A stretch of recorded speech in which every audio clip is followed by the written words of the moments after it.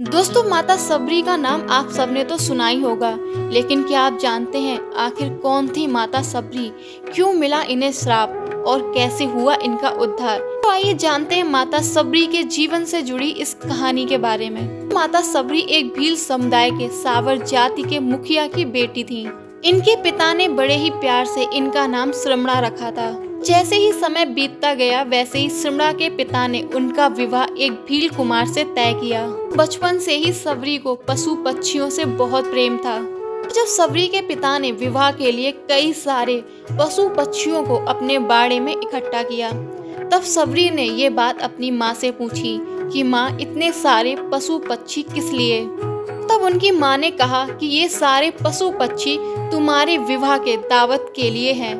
तब सबरी ने उनसे कहा कि अगर मेरी विवाह में इतने सारे पशु पक्षियों की बलि दी जाएगी तो मुझे ये विवाह नहीं करना। लेकिन उनकी बातों पर किसी ने ध्यान नहीं दिया। तो सबरी ने रात को अपने बाड़े से सभी पशु पक्षियों को आजाद कर दिया और माता पिता क्या कहेंगे इस डर से घर छोड़कर जंगल में भाग गईं। वहीं वन में मातंग ऋषि और उनके शिष्य पूजा पाठ किया करते थे।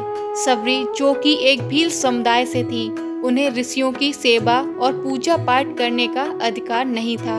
लेकिन वो रोज सुबह जल्दी उठकर ऋषियों के नदियों तक के जाने का रास्ता और उनकी कुटिया साफ कर देती थी। उनके हवन के लिए फूल और लकड़ियां इकट्ठा करके रख देती थी। ऋषियों को आखिर समझ नहीं आ रहा था कि ये सब कौन कर रहा था। एक दिन एक ऋषि ने सबरी को ये सब करते हुए देख लिया और उन्होंने सबरी से उनके बारे में पूछा कि तुम कौन हो।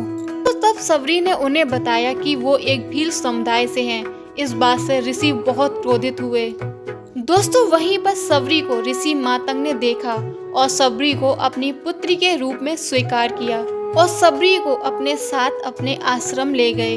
ऋषि मातंग ने अपने अंत समय में सबरी से कहा कि वो अपने आश्रम में भगवान श्री राम की प्रतीक्षा करें।